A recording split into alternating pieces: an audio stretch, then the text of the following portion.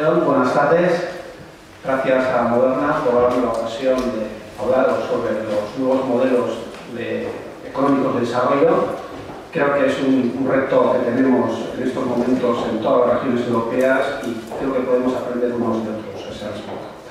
Bueno, realmente en las dos últimas décadas ha habido una revolución en cómo se entiende la economía del desarrollo y cómo se entienden las políticas industriales de desarrollo y competitividad, ¿no? De una primacía casi absoluta del principio de ventajas comparativas de Ricardo, que implicaba en última instancia pues, un papel como sujetos pasivos de los gobiernos y las políticas, porque bueno, pues los territorios tenían que especializarse de un modo natural en aquellos recursos que tuvieran abundancia. Se ha pasado a un modelo en el que se recupera el principio no de ventaja comparativa, sino de ventaja competitiva por Porter, y en el cual pues, las ventajas también se construyen. Se construyen y se provocan de alguna manera.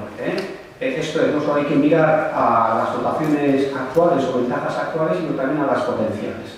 En esto realmente la economía lo que dice es a recuperar avances que ha habido en la literatura del management. En la literatura del management también durante mucho tiempo había una concepción de la empresa como sujeto pasivo. Primaban paradigmas como de estructura, comportamiento y resultados. Entonces una empresa está en un sector con una estructura de concentración, etcétera, determinado, y entonces eso casi le fuerza a llevar a cabo unos comportamientos y va a dar lugar a unos resultados. Porque conforme, bueno, con respecto a esa idea de empresa como sujeto pasivo, es contra lo que se revuelve toda la literatura del management, contra lo que se revuelve la idea de la estrategia empresarial, que dice, no, la empresa tiene que ser un sujeto activo. Tiene que ser un sujeto activo que cambie las reglas del juego. Por ejemplo, Porter dirá, oye, pues las 5 fuerzas que determinan un poco el atractivo del sector, la empresa tiene que actuar sobre ellas.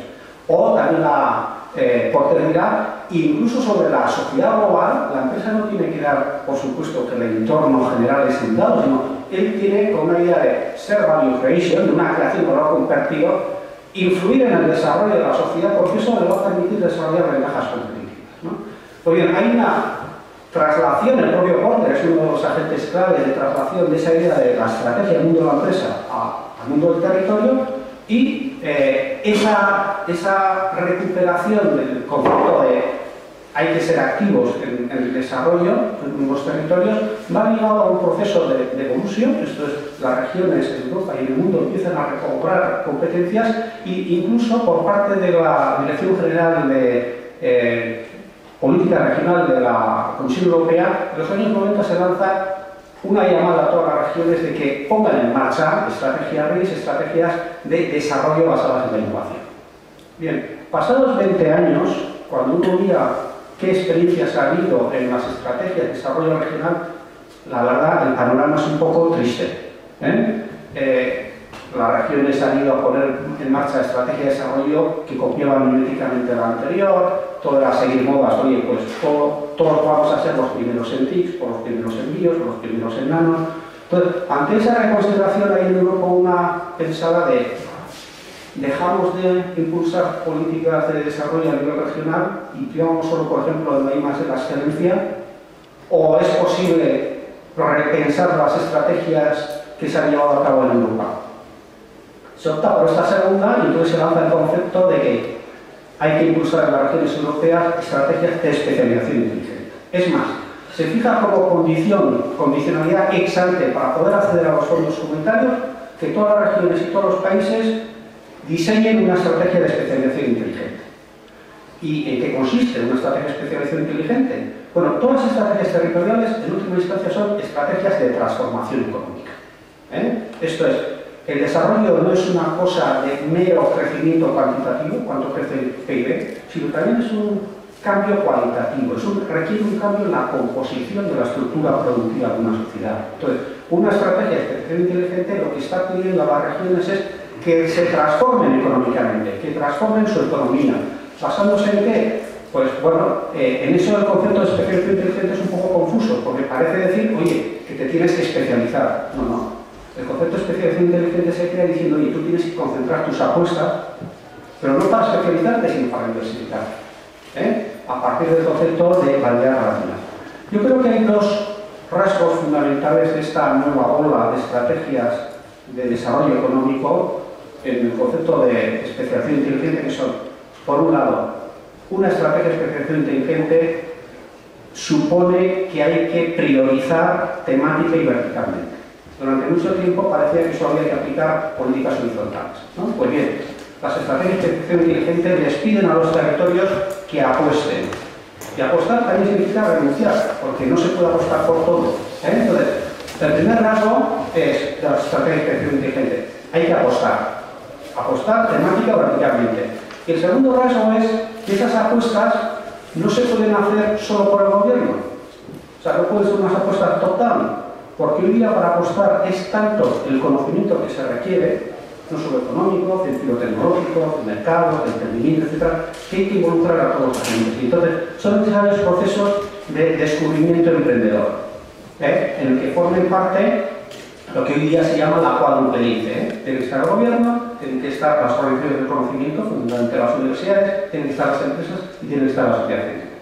Bueno, ¿cuál es la situación de Navarra a este respecto? Cuando desde Europa se empiezan a pedir a todas las regiones que tengan una estrategia de especialización inteligente. Bueno, tanto Navarra como el País Vasco son las dos únicas comunidades españolas que pueden vanagloriarse de que tenían ya una estrategia de especialización inteligente antes de que saliera la orden de que se pongan en marcha estrategias de especialización inteligente. Ciertamente no con ese nombre, pero sí cubriendo los principios fundamentales de una estrategia de especialización inteligente. En particular, pues en el año 2007-2008 ya en Navarra se tiene conciencia, incluso en un periodo de que estaba todavía de bonanza económica, que el modelo económico de desarrollo que había estado basado en Navarra pues se está agotando y que hay que, agenda de transformación económica, impulsar un nuevo modelo de desarrollo económico. Y se pone en marcha un proceso de reflexión a ese respecto, que se lleva a cabo en Moderna, y como fruto de eso sale un plan en el cual hay un árbol en el que se ven unas apuestas verticales, que serían las prioridades temático-verticales que están pidiendo desde Europa en lo que son apuestas de especialización inteligente, y todo eso se pone en marcha en un proceso sumamente participativo, esto es cumpliendo los criterios que hacían el Referendum Discovery Process. Bien, entonces, cuando desde Europa y desde el Ministerio les piden a las regiones españolas que presentarnos nuestras estrategias de especialización inteligente, pues Navarra y el País Vasco optan por una cosa un tanto inteligente. Oye, yo ya tengo la mía. Esto es mi estrategia. En lugar de ponerse a elaborar ex novo una estrategia como han hecho el resto de regiones españolas, el País Vasco y Navarra presentan, el País Vasco en el caso llamado PCETI, el Plan de Ciencia, Tecnología e Innovación, en el caso de Navarra, el Plan Moderna. Bueno, yo creo que es una estrategia inteligente para ganar tiempo, pero que realmente es una ocasión única para repensar las estrategias que se pusieron en marcha en un contexto totalmente diferente. Yo creo que realmente tanto Navarra como el País Vasco tienen que construir positivamente sobre las estrategias existentes por dos razones fundamentales. Una, el contexto económico, social y político es totalmente diferente.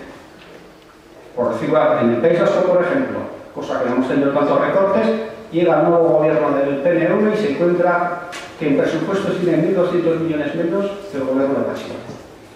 Pues, contexto económico totalmente diferente. Y desde una mirada foránea al caso de Navarra, creo que los recortes no han sido menores en vuestro caso. El contexto sociopolítico también nos cuenta. Cuando tú diseñas unos procesos de gobernanza para poner en marcha esos procesos, el juego de mayorías o no mayorías, políticos y no políticos, no hay más que mirar a la composición del Parlamento de Navarra, era totalmente diferente entonces y ahora. Y el contexto que tenemos ahora ha venido para quedarse. Es lo que nosotros en un informe de policía llamamos la nueva normalidad. Luego, si tenemos un contexto económico, sociopolítico y institucional diferente, tendremos que readaptar nuestras estrategias. Y la segunda gran razón es que, bueno, en esta nueva oleada de estrategias de desarrollo inteligente se han repensado muchas cosas de éxito, cosas claves para que una estrategia funcione. Y cuando observamos lo que se ha aplicado en el País Vasco y en Navarra, aunque las dos se están tomando como modelo y se mencionan en cantidad de informes comunitarios, vemos que hay muchas cosas para mejorar. Pues, por ejemplo, Las nuevas estrategias dicen que las economías externas o de aglomeración no se acaban en los límites administrativos, que una estrategia regional tiene que construirse tomando en cuenta lo que pasa en las regiones vecinas, cosa que no hemos hecho en el País Vasco y en el caso de Navarra, ¿no? Se dice igualmente que hay que tomar en cuenta gobernanzas multiniveles, que no se puede decidir todo a nivel regional. Se dice igualmente que las prioridades estratégicas tienen que ser reducidas, tienen que haber renuncias. No se puede querer incluir a todos los sectores. Se dice que hay que diferenciar claramente monitorización de evaluación. Y generalmente, hasta ahora hemos estado haciendo monitorización, pero no hemos estado haciendo realmente evaluación. Estamos en una ocasión para repensar las estrategias, no hacerlo a prisa y corriendo, como han hecho en el resto de comunidades autónomas, pero sí que tenemos que hacerlo. En el caso del País Vasco, ya se ha empezado el proceso, ya estamos elaborando un nuevo PCTI, que se llama el PCTI 2020, y yo creo que los avances que se están dando, siguiendo todos estos nuevos criterios, de ser más estrictos en las priorizaciones, priorizar la evaluación, etcétera, creo que debéis hacer otro tanto en el caso de Navarra. Además, es que tenéis las condiciones. Tenéis creados ya las estructuras para precisamente poner en marcha toda esa serie de procesos. Tenéis creada una moderna. Ciertamente, en esas estructuras o foros tendréis que introducir cambios. Desde la mirada, bueno, yo estoy en un proyecto comunitario en el cual nos ha tocado analizar 16 regiones europeas, entre las cuales hemos analizado el caso de Navarra y el caso de Murcia, ¿no? Pues bueno, en ese análisis que hacemos del caso de Navarra, la opinión que tenemos de la gobernanza es que los órganos, por ejemplo, están demasiado politizados, que los representantes políticos no deberían estar en ese tipo de órganos, que las discusiones políticas están para el Parlamento, pero no para organizaciones como pueden ser Moderna, que en ese tipo de organizaciones son los agentes reales y no tanto los intermedios los que tienen que tener el protagonismo. ¿Qué sucede? Pues que muchas veces esos agentes reales no quieren asumir el papel de liderazgo dual que en las sociedades complejas necesitamos.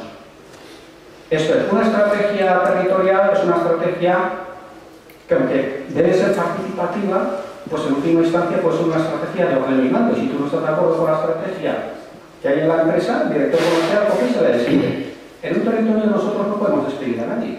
Y todo el mundo está legítimamente autorizado para perseguir sus propios intereses.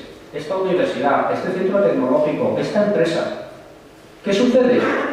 Pues que aparte de sus propios intereses, tiene que darse cuenta que los intereses del territorio también le interesan. En el pasado, esta toma en cuenta de los intereses del territorio, yo creo que, pues por la caída del franquismo, etc., yo creo que hubo una voluntad de construir, y ese liderazgo dual, esto es, tomar en cuenta los intereses de la organización, porque también está el territorio, se dio por una especie de militarismo. Eso se ha ido agotando, y estamos en una fase incluso de normalidad. Hoy día yo creo que hay que recuperar el concepto que dice Porter de creación de valor compartido. O sea, las organizaciones no tienen que ser miopes y tienen que ver, por ejemplo, la universidad, que cuanto mejor vaya el territorio, más fondos tendrá para que luego le da a la universidad.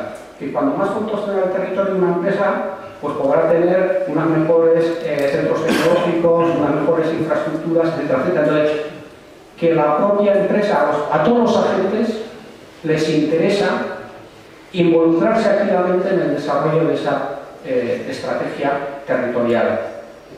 Hay momentos históricos. Normalmente las crisis suelen ser las parteras, que hacía Marx, de las nuevas situaciones. Cuando estamos hablando de una nueva situación, normalmente en competitividad el sprint no funciona. La competitividad son carreras a largo. Porque suelo decir que son maratones. Yo suelo decir que son triatlones. ¿Por qué? Porque tú tienes que hacer una carrera a largo, pero tienes que ir cambiando el modo de correr. Pero no puedes en cada momento empezar a construir de cero. En el triatlón no tienes que volver a empezar desde cero. Habéis empezado ya un proceso. Moderna funcionó perfectamente en sus primeros momentos, pero es que el contexto económico, social y político ha cambiado y hay avances para readaptar esto. Aprovechar la ocasión, ir a un proceso inclusivo, realmente, eso que algunos soñaron a finales de los 70, como un nuevo modelo económico, que sea el sueño de todos los navarros sin ningún tipo de exclusión. Muchas gracias.